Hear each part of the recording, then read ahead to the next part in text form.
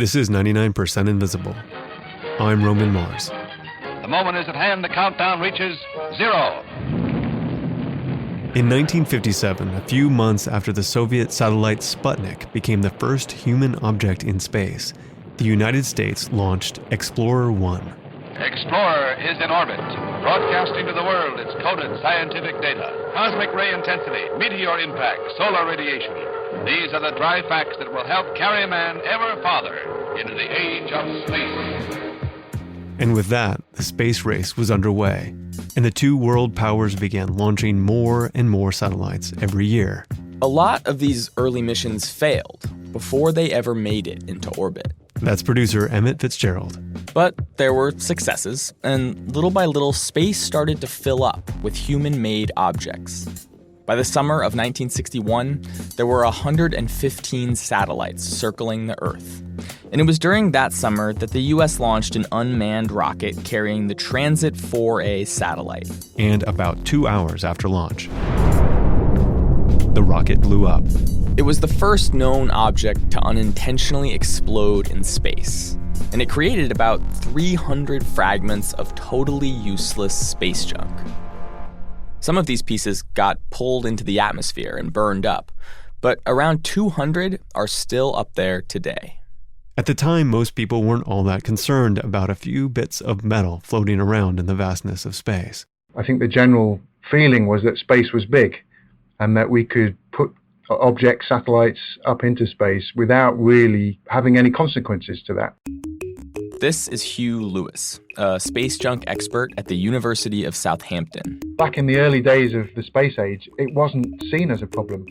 While the universe may be infinite, orbital space, the region where objects revolve around the Earth, is finite.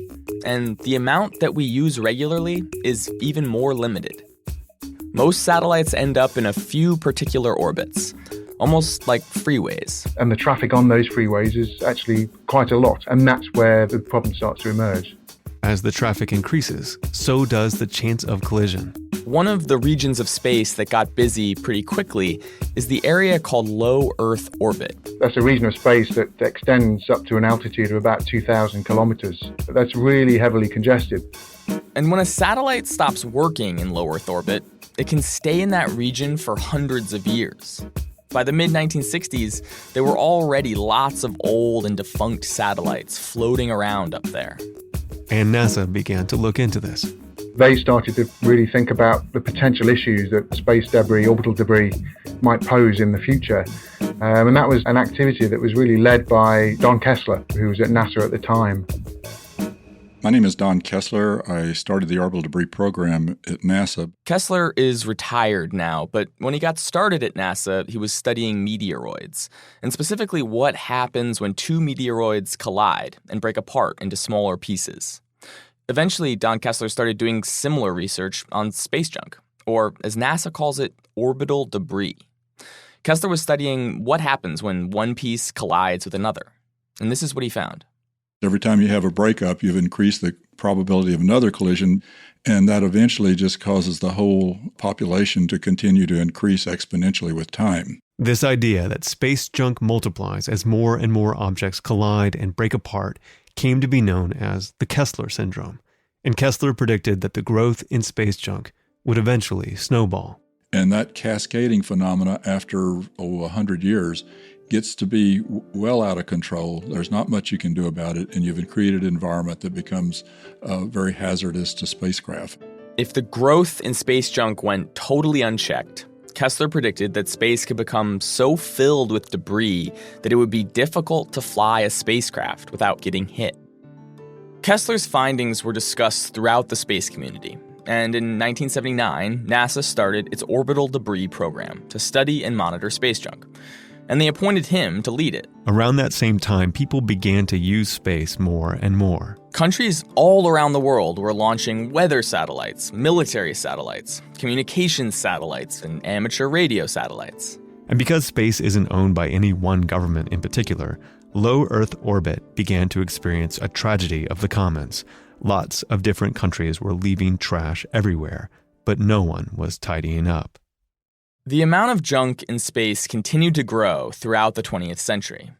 But it wasn't until 2009, long after Donald Kessler had retired, that people really started to take the issue seriously. 2 communication satellites have collided in space around 800 kilometers above Siberia. It's the first crash. On February 10th, 2009, the Iridium 33, an active U.S. communication satellite, struck a defunct Russian satellite called the Cosmos 2251. It was the first collision between 2 fully intact satellites, and it created thousands of pieces of debris. Donald Kessler wasn't surprised. 40 years prior, he had predicted that the first major collision between whole satellites of this size would happen around the new millennium. For most people, the collision made the problem of space junk feel much more urgent. So I think that Iridium Cosmos collision really was a wake-up call. And certainly it sparked a new wave of research and funding even for space debris. That's Hugh Lewis again. Lewis says that it's hard to estimate the total amount of space debris out there, but scientists can track anything larger than 10 centimeters in diameter. You're talking about maybe a population of objects that are softball size or bigger. It's about 30,000 objects in orbit at the moment. Everything from small fragments to old rocket bodies to satellites the size of a bus. And that's just the stuff that's large enough to track. There are potentially millions of millimeter-sized bits of debris. Shards of glass, screws, flecks of paint. And even that tiny stuff can cause real problems when it's whipping around the Earth at up to 17,000 miles per hour. Yeah, the object does not need to be big in order to carry a lot of energy and to cause a substantial amount of damage if it were to hit anything. The most vulnerable thing in orbital space is the International Space Station, which routinely has to make maneuvers to avoid collisions with larger pieces of space debris. The International Space Station is also equipped with expensive heavy-duty shielding to protect it from smaller bits of space junk. Astronaut Tim Peake recently took a picture of a sizable divot in one of the space station windows where a piece of debris penetrated several centimeters into the glass. So that's a constant reminder for the astronauts on the space station. Every time they look out of that window, that's a recognition of the threat that's out there. But it's not just a threat to astronauts. So much of our technology here on Earth is dependent on vulnerable satellites. Pretty much everyone in the UK, in the US, probably has a smartphone with a GPS capability on it. That's a service that's provided by spacecraft. And when you think about navigation signals that are used for, aircraft that are flying in the sky, it's everywhere in our daily lives, and not just, for convenience, it's for our safety. International telephone communication, weather forecasting, keeping track of time in different parts of the world. All of this is dependent on satellites. Global banking systems fall down if we lost the signals we get from space. These risks are causing scientists around the world to look into how they can clean up the space environment. Now, when someone wants to put a new satellite into space, there are UN guidelines that say you have to come up with a plan to dispose of that satellite within 25 years. There are a couple issues with these guidelines, though. One, they're not being followed by everyone. And two, even if they were more closely adhered to, it might not be enough to make space safe. Because there's already so much stuff up there, and as Donald Kessler discovered, space junk multiplies. Even if we stop putting any more stuff up there, the number of pieces of junk will continue to grow. And then we start to think about, okay, how do we address the problem perhaps a bit more proactively? How do we deal with the stuff that's already up there? All around the world, engineers are dreaming up ways to remove debris from space. In many cases, by sending it down into Earth's atmosphere to burn up. You throw a net over the object. Harpoons that have been talked about. There are proposals for space junk slingshots and solar sails that could carry a piece of junk out of a dangerous orbit. Robotic arms, attaching a really long tether to the object to try and bring it down, attaching a solid rocket motor. No matter how you do it, removing an object from space will be expensive and politically complicated. But right now, the European Space Agency is planning a mission to remove one of its derelict satellites, and they're considering these kinds of ideas. That mission is scheduled to take place in 2023. So we are on the cusp of this type of activity. But even if we found the perfect technology to safely destroy all of the space junk in Earth orbit, not everyone is on board. I completely agree that this is a problem we need to do something about. But I think the way that it's framed leaves out a really vital factor, and that factor is human cultural heritage. That's Alice Gorman. I'm also known as Dr. Space Junk. I'm a senior lecturer in the Department of Archaeology at Flinders University, and I do research on space archaeology, particularly looking at space junk in low Earth orbit. For much of her career, Alice Gorman, or Dr. Space Junk, researched Aboriginal culture in Australia. I'd been a professional archaeologist for many years, and I was working on a consulting job in Queensland and looked up at the sky and realised that some of those points of light were not stars or planets, they were actually human-manufactured spacecraft, and some of those bits of stuff were space junk. And that's kind of what archaeologists do. We're focused on the stuff that people discard, the stuff they throw away, the garbage of humanity. So while the rest of her colleagues continued digging in the dirt, Gorman turned her attention skyward and began to study the archaeology of space. Because amidst the scraps of floating debris are some really remarkable artifacts. A lot of those things we currently call space junk are actually quite extraordinary objects that have so much to tell us about the early history of the space age. I've got a lot of favourites in low Earth orbit. Vanguard 1 is definitely one of them.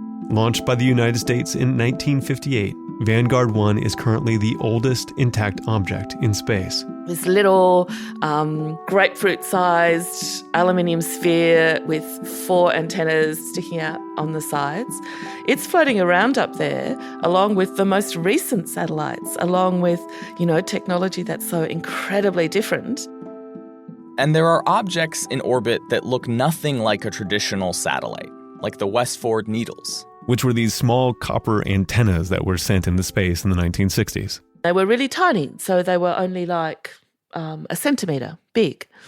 And the idea was they would form a reflective halo around the Earth that radio signals could be bounced from.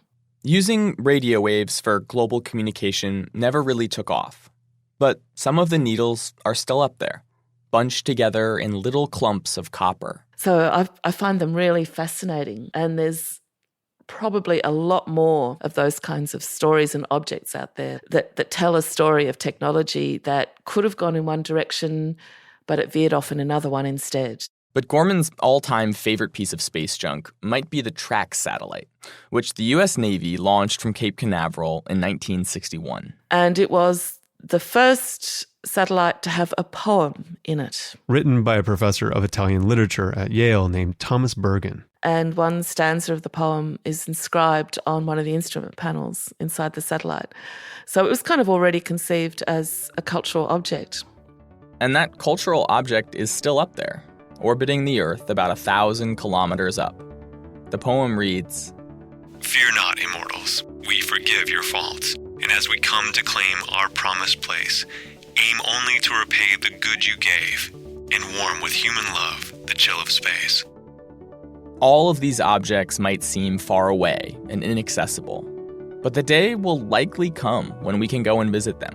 You can already get to the International Space Station for a cool $20 million. And Gorman says that one day we will be able to fly coach into space. It's quite likely that, when it's accessible and affordable thing to do, people will go into space and maybe stay at some fancy orbital hotel. And the two things we know from what's happened already that they will want to do is take a lot of photographs and have sex. But after a while, that stuff's going to become old hat too. And what happens when zero-G sex gets boring? Historical space tours. That's what. You might have different kinds of tours. You might say, let's do the amateur satellite tour. Or you might say, let's do the Cold War satellites. Or you might say, let's go and see all of the satellites that come from, my nation's space agency. So yeah, I totally think this stuff is going to happen.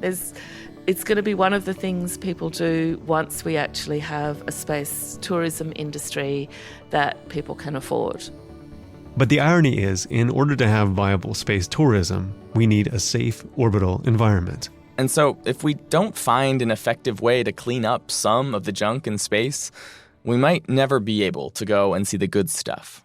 And it's kind of frightening. It in the most extreme version of this, having, ventured out to the moon and with spacecraft, the voyages beyond the solar system, we would actually be shut back on Earth. So Gorman is all for cleaning up space. She just wants us to think carefully before we destroy something that we might want back. Because she can imagine the archaeologists and historians of the future trying to wrap their heads around humanity's first trips into space. There'll be so many mysteries, so many things that don't make sense, so many stories that you have a little bit here and a little bit there, and you're trying to fill in the gaps. And those future archaeologists will thank us for leaving some space junk right where it is.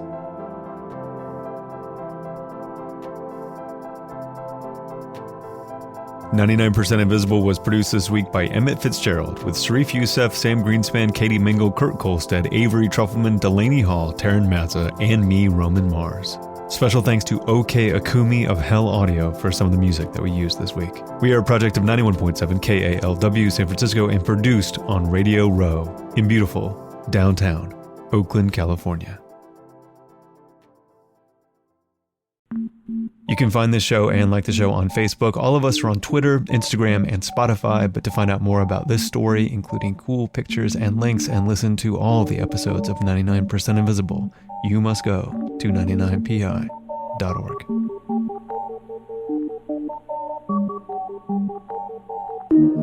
Radiotopia from P